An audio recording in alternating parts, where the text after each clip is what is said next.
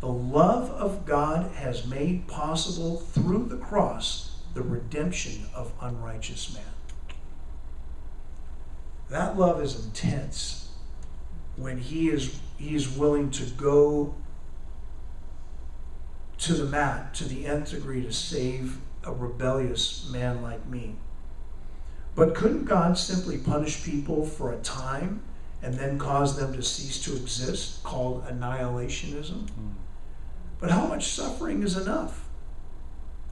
Isn't it more than a little curious that Scripture would be silent concerning such a grave matter? Such a view completely undermines the cross, where Jesus paid mankind's sin debt in full. D.A. Carson writes, I doubt if any of us is equipped to assess what is quote-unquote appropriate punishment for defiance of the holy and sovereign God, save God himself. From a biblical perspective, hell stands as a horrible witness to human defiance in the face of great grace. Heaven would surely be hell to those who do not enjoy and desire the blessing of the unshielded presence of God. There are many more quotes that I have like that. It's intense. And you'll see it in the documents that I give you. Let's turn over to another place, and we'll just conclude our teaching on hell with this, Revelation chapter 20. Because I think a lot of us perhaps are not familiar with these verses, Revelation chapter 20 and verses 11 through 15. Revelation 20 and verses 11 through 15. Then I saw a great white throne and him who sat upon it, from whose presence earth and heaven fled away, and no place was found for them. So God is going to bring forth a new heaven and a new earth, because the current heaven and earth atmosphere is polluted by sin. So God is going to remake all of it. That's why I always like to say, sin will never have the last word. God will have the last word. He is a redeemer. He is a restorer. He's going to restore creation. Everything that he made, that he called good, he is going to restore animals, plants, trees, flowers, everything. It's already in heaven, but there's no corruption in heaven. And I saw, verse 12, the dead, the great and the small, standing before the throne, the great and the small, important people, unimportant people. So everybody. I saw the dead, great and small, standing before the throne, and books were opened. See, God keeps record. Isn't that amazing? This was written 2,000 years ago, before the advent of computers. They must have wondered, how could God keep track of everything I've ever done? Well, we don't have trouble with that so much, because we know all too well computers know everything about us almost, right? So, and the books were opened, and another book was opened, which is the book of life. So the books that were opened, presumably the books of judgment of deeds, and this one is the book of life. And the dead were judged from the things which were written in the books according to their deeds. There it is. Judgment is always based on deeds. And the sea gave up the dead which were in it, and death and Hades gave up the dead which were in them. And they were judged, every one of them, according to their deeds. So John is emphasizing this. Then, verse 14, death and Hades were thrown into the lake of fire. This is the second death, the lake of fire. The first death is what we saw in Luke 16, where the rich man goes to Hades. It's hell, but it's not the permanent hell. So then death and Hades were thrown into the lake of fire. Another term for that is Gehenna. This is the second death, the lake of fire. And if anyone's name was not found written in the book of life, he was thrown into the lake of fire. 3 times. 3 times. So there it is. Hades is not the permanent location of those who reject Jesus Christ. It is the temporary location. Elsewhere, what we find is, so someone that dies outside of Christ, his or her body slumps to the ground or stays here. We understand that, and is buried. But their spirit immediately goes to Hades. Just like for us, the second we die, we are straight absent from the body, present with the Lord.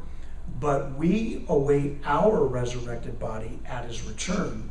And at the judgment, they await their resurrected body, which is also fitted for them to be able to inhabit the lake of fire. So there are 2 resurrections, and that's earlier in Revelation 20. There are 2 resurrections.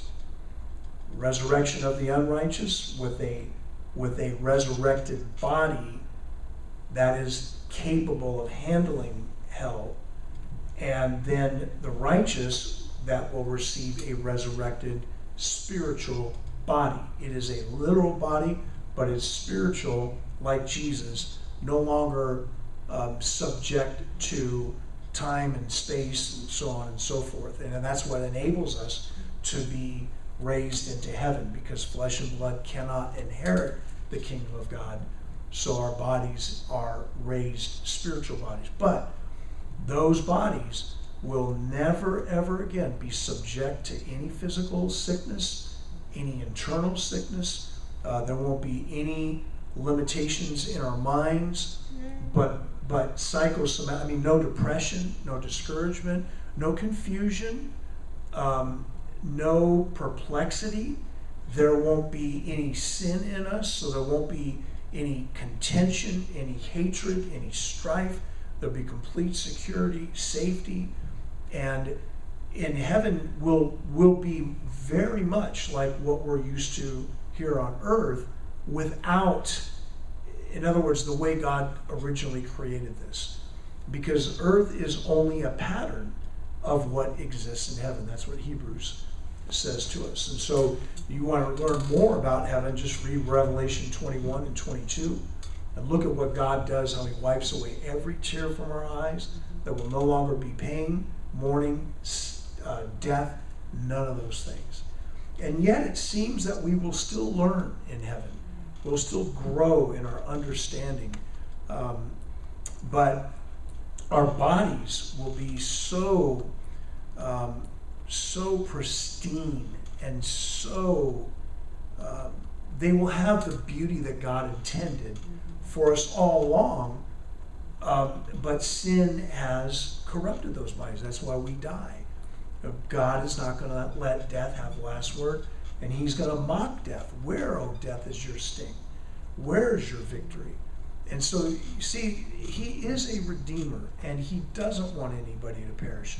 And he gave his best, that is his only unique son, to show us the way, and show us the way to the Father, but also show us the way through the crucifixion and the resurrection.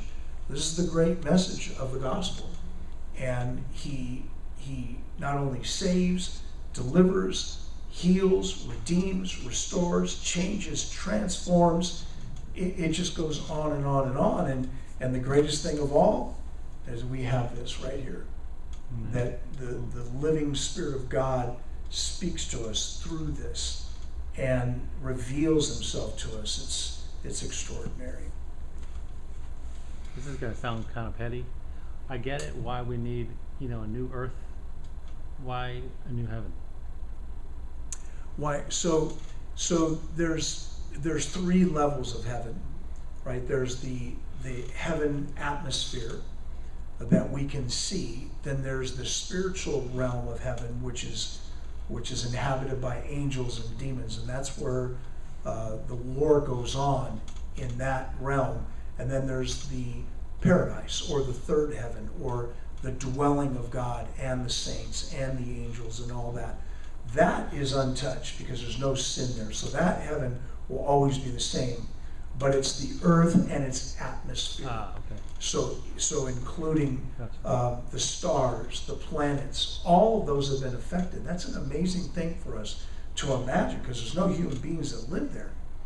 But our sins set in motion the second law of thermodynamics, where everything that goes from order goes to disorder, and stars die and planets are affected, and that's how serious sin was and is. It brought death into all of existence save for heaven, because there's no sin there whatsoever. So it's actually a great question to ask and to think about. How are we doing? Okay, doing okay? Let me go one more, and then we'll be done. That'll be okay. Let's go to Luke chapter 8. And I was talking to Patricia. I'm sorry, Lisa. Wait, which one? I'm Patricia. You're Patricia, yes. For some reason, that now it's always stuck in. I've been getting it, and then all of a sudden I had a panic there. What's the right one? All right. So Patricia and I were dialoguing just from the paper standpoint, and she was saying what I think we all say, and what I've said many times. Basically, it was why should we continue to preach the gospel to people that have already heard it, right? That's kind of the idea. And I think we're both on the same page. We want to get the gospel out to those that haven't heard it, or those are really hungry for the gospel.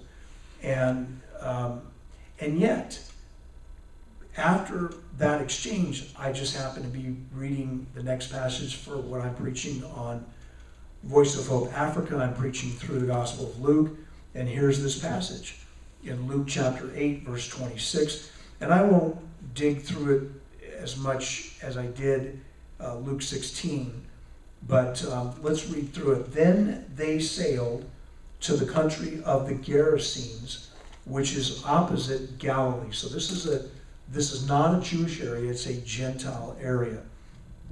And when he came out onto the land, he was met by a man.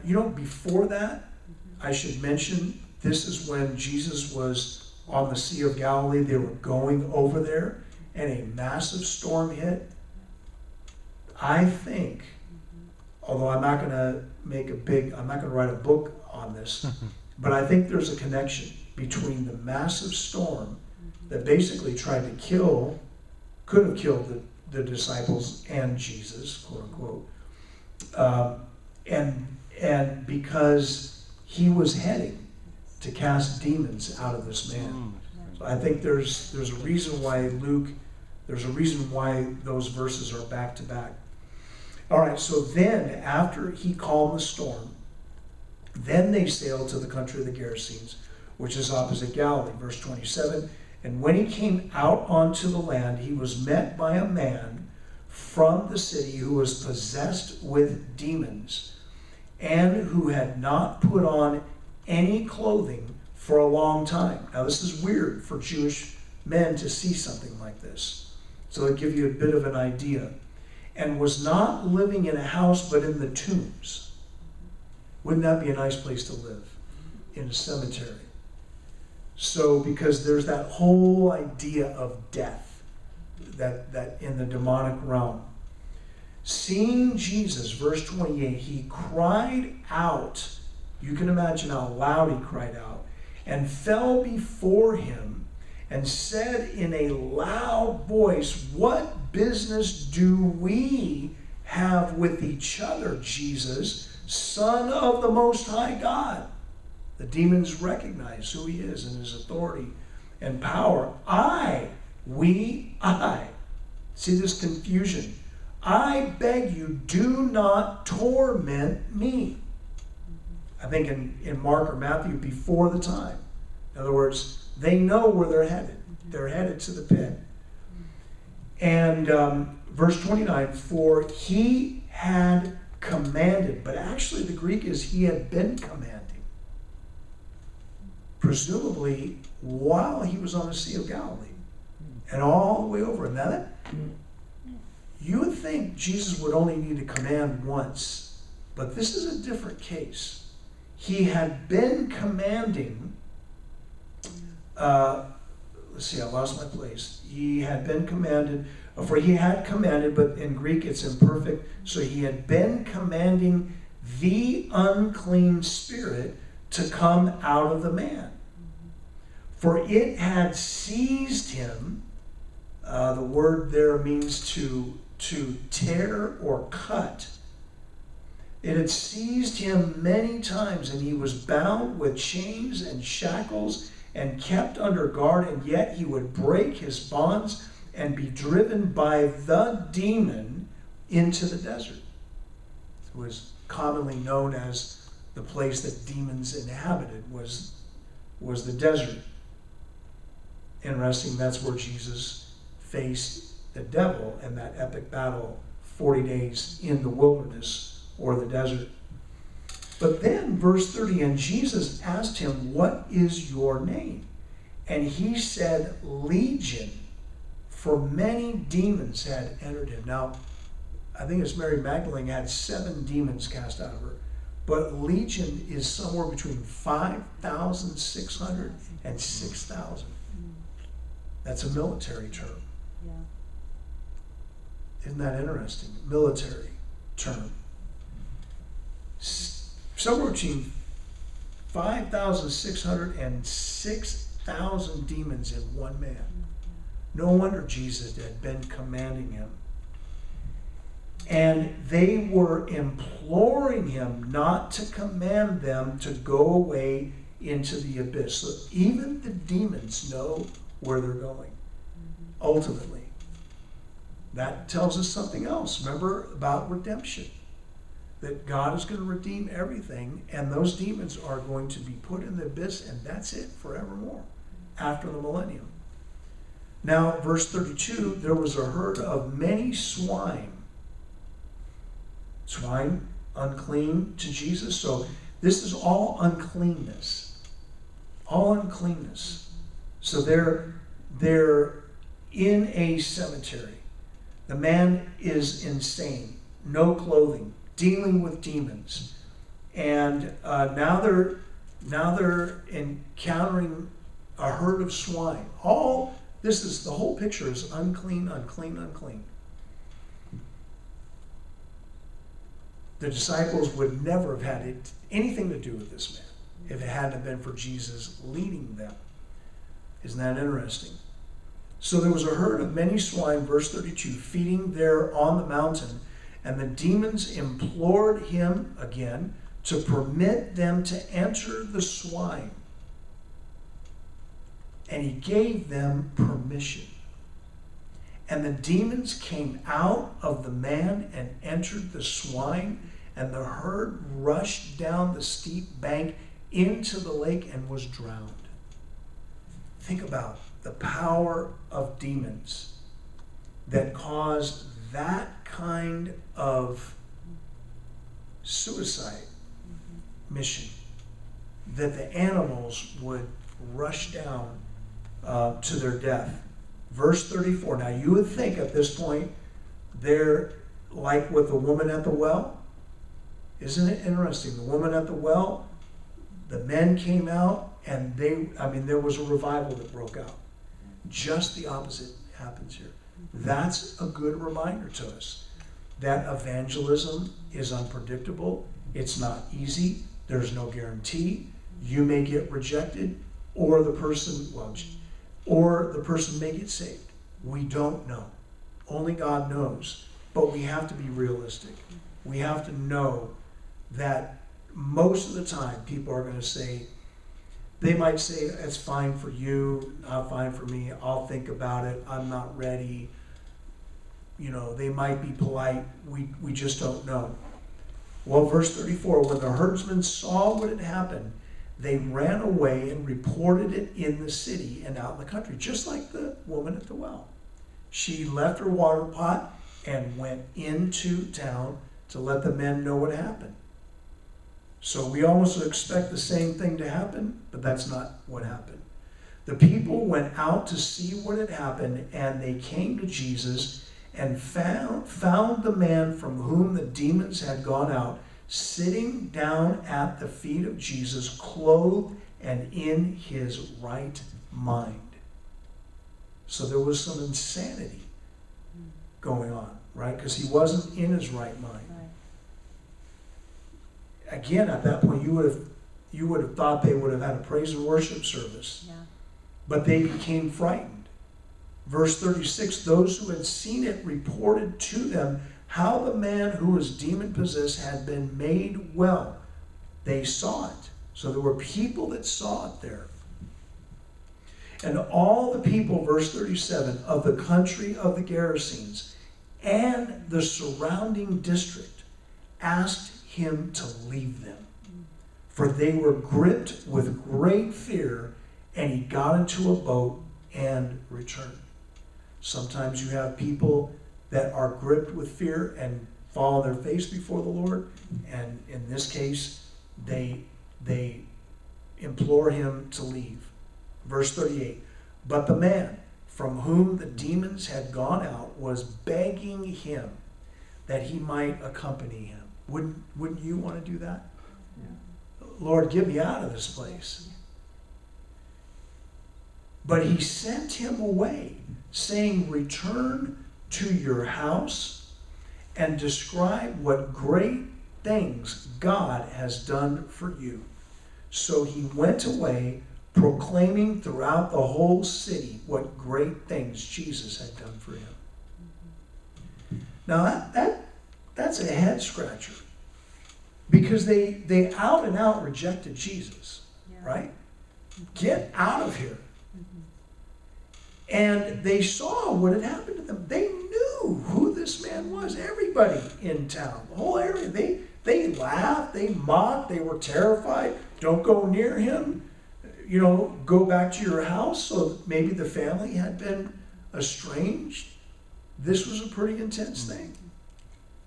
And then Jesus sends him back to them, because he has a testimony and he has a changed life. But what is astonishing to me is how often Jesus will go for the one. Over and over and over and over. Yes, he preaches to the crowds, but he goes to this demoniac. He goes to Zacchaeus. He goes to the woman at the well. He goes to the Syrophoenician woman. More than 25 miles uphill to deliver one woman's daughter. He goes to Jairus. He allows the woman with the hemorrhage to grab his. So he always goes for the one. We want the big crowds. And in a sense, there's nothing wrong with that. And he gives us the big crowds, but it's a both and. It's never an either or. And what is astonishing to me is that he made this trip for one purpose, and that was to set this man free. 6,000 demons. Now, I don't know if I would volunteer for a trip like that. I don't know if anybody here would volunteer for a trip like that. I don't think many Christians would volunteer for a trip. But not only was he doing this to set the man free, he was doing this because he called his disciples to preach the gospel, heal the sick, raise the dead, cleanse the lepers, deliver people from demonic power. And in only one, in the next chapter, that's exactly, see, Luke, the Gospels there's a theme, there's a purpose, everything connects. And so in Luke 9, verse 1, he called the 12 together and gave them power, dunamis, ability, possibility, and authority, exousia, a legal authority in the spiritual realm. That's where we have the power to bind and to loose over all the demons and to heal diseases, and he sent them out to proclaim the kingdom of God and to perform healing. Chapter 9. Just right after what had happened here. So he modeled and then he released. Melissa? In terms of this, before you go there, one of the things that's astonishing to me that when you talked about in the beginning, the goodness of God brings us, draws us to repentance. The fact that he would leave that man there to show them God's goodness. Yeah. And there's a constant reminder of God's goodness that was demonstrated to this man, and it's like he left him there so that, to me it's like, okay, he showed them, so they had no reason not to see the goodness of God on a daily basis, because this man was right there in their face and he was telling them, and they knew him before Christ came, and even after he left, they knew that this man was delivered. And that's what I thought about when you were talking about that. Yeah. Was the goodness of God, that daily they could see this man's life changed before them, that there was unmistakable Yes. God's goodness that happened in their midst. Yes. Even though they were hardened by it, but it's like, whoa, I Wow. just think it's his goodness. That was it. I love that perspective, that he's a living testimony to God's goodness. There's a good insight. The other thing I was wondering is, when John Wimber talks about how people become afraid because they know that God could expose their own evil intentions, etc. And so they push it away. They'd rather be in their darkness, which is kind of a safe place, rather than to open themselves up and know that God can now expose what's really going on, in your heart. But I wonder also if it was kind of so grotesquely horrible to see evil in its true nature being played out right in front of their eyes. That the whole thing that they deny. We all deny that evil exists to some extent. We don't want to deal with it because that means we have some of that in us. Yeah. And maybe it was an overreaction, perhaps, of we don't want to deal with this. Let's push it away from us. Yeah. It's so grotesque that we just saw evil for what it really looks like. That's just what as a possible reaction. It's possible, yeah, because it's difficult to understand. How could they ask him to go away when they saw something so powerful? Maybe seeing the herd of swine perish, that's their livelihood, and so maybe that caused them to freak out. I don't know. Wanda? Oh, I thought you had your hand up. Sorry. So this is a good reminder to me. I by the grace of God, I guess it was just years ago, I just said to the Lord, I don't ever want to move past the one. I don't ever want to be so taken in with numbers that I don't have time for the one. And I think that's what we all have to be like. And that's what we learned from Jesus. It's a remarkable thing. When you think about it, he came to give his life a ransom for many. He only had 3.5 years. He never wasted a single moment, never wasted emotion, and had a heart for everybody. That's an amazing thing. And so for us as witnesses, to bring it full circle in evangelism, we get frustrated.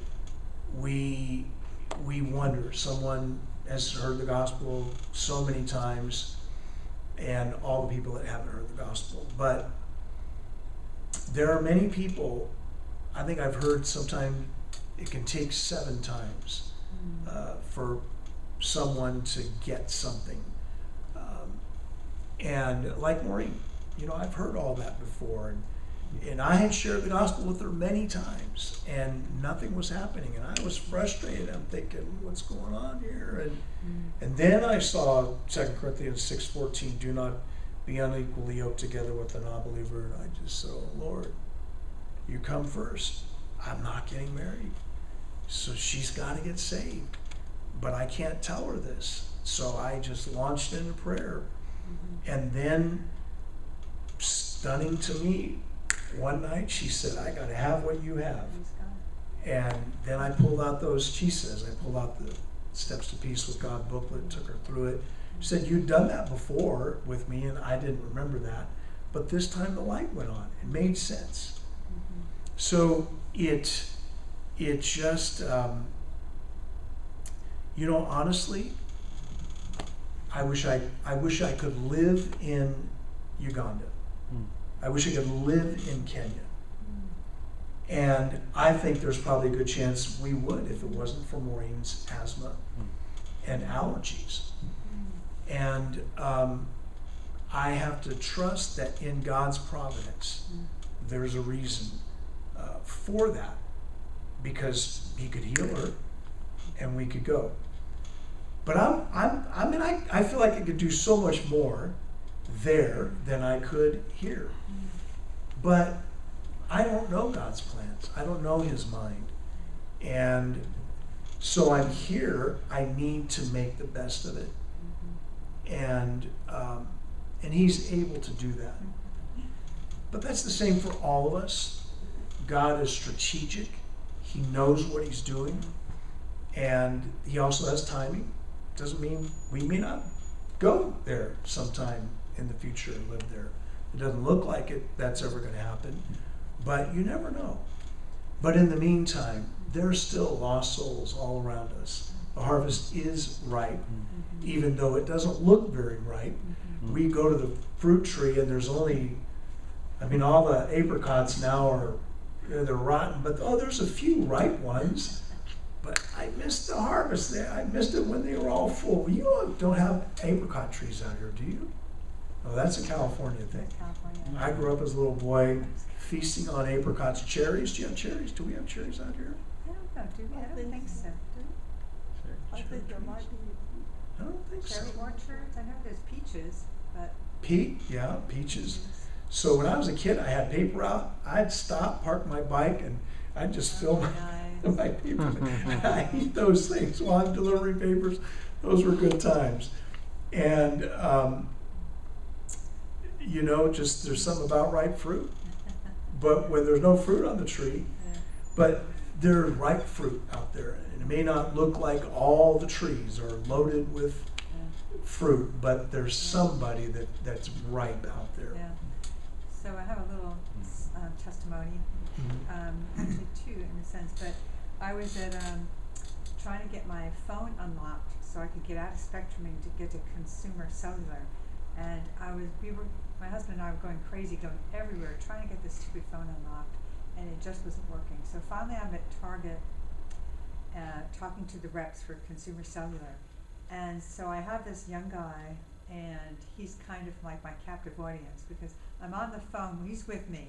We're trying to figure out this puzzle. Can't figure out why these codes, unlocking codes and unfreezing codes aren't working, So I'm on the phone with these guys and he's listening in, and sometimes I give the phone to him to explain it, and anyway, through this, and many times we had to wait, for them to fill out this form or something.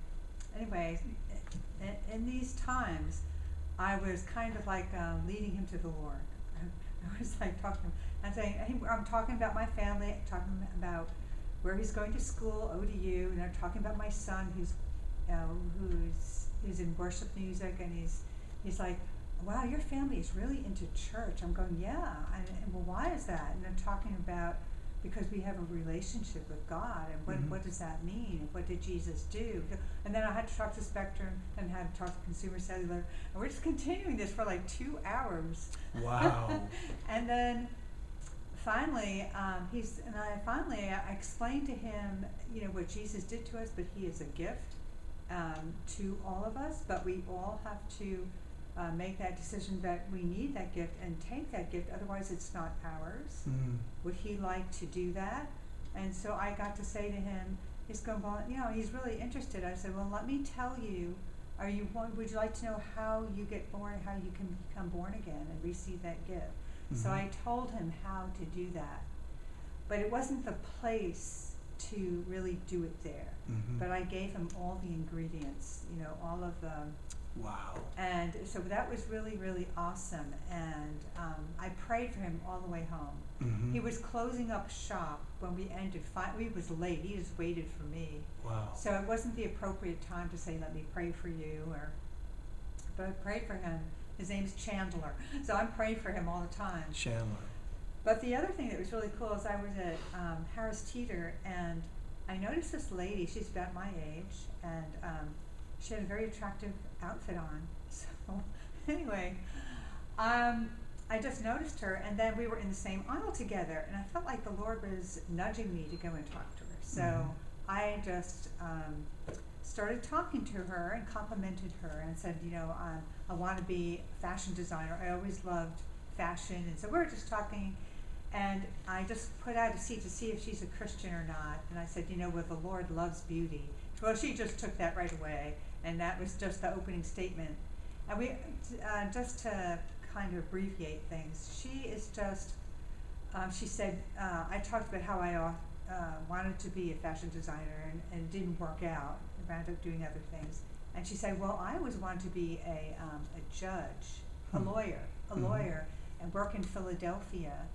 And she was saying the life she wanted. She goes, but then I never would have met the Lord, because my husband, he was the one who introduced her to the Lord. And then they became very active in Philadelphia.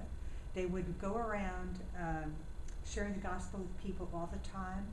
And I don't know, it was the whole church or a whole team, but they had everything set up where they would reach out to people and get their names, and then go out and call them up and say, do you need prayer? And then they would have lessons on discipleship, like what's the next steps, and they had different levels of discipleship. Then they had people who would go and knock on doors. So it was a huge movement there in Philadelphia. And she lives in here now. And she said, a friend of hers who's in Philadelphia said, oh, Sandra, I wish that you were in Philadelphia to see all the work of the fruit of your labor. Wow. So anyway, I am going to see if I can have coffee with this lady and get together. I got her contact information because really I've been praying about this. Like, I'm kind of mentoring two young men who really need discipleship, who need help. And I just want to, you know, pick her brain kind of to see how she did what she did and all that sort of thing. But she just seems to be a great source of information. She's done it all.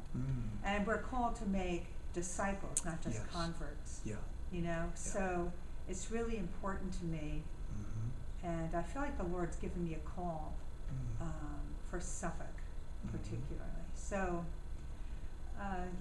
so that was a divine appointment. And the Lord said to me, go and talk to the lady. You know, she could be one of your best friends or something like that. Wow. And I just said, wow, that's really cool. So and I told her that. And that just opened it all up then, you know. Wow. So it was really, really awesome. Well, there you go. Those are our recent living examples, and that's like God. He can use a cell phone Yeah. to Yeah. So you know. I said, Lord, I'm redeeming the time. and now that guy, maybe you're the only one that's ever shared the gospel with him. Yeah. So that's a beautiful thing. Well, Yeah. let's close in prayer. I think we're about there, and so let's see. Kim, would you mind turning this off? Oh yeah, sorry about that. Because I'm going to pray a personal